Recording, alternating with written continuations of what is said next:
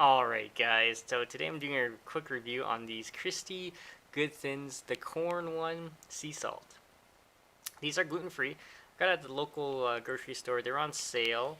Um, and also they're on the, you can get them pretty much anywhere now at most health food stores, things like that. So you got corn and rice crackers. Check this out. If you guys want to read this, pause the video. It's basically corn flour, rice flour, and vegetable oil and sea salt. So pretty much nothing in there. So let's do a quick taste test, see how they would taste. Alright, so I got the box open. Check this out. That's what they look like. Nice. They look different than your regular rice crackers. They're not circular, they're square, but they also have a more like a crispier coating on them. Wow. These are insanely crunchy. And what I mean insanely, this is like, think of it like,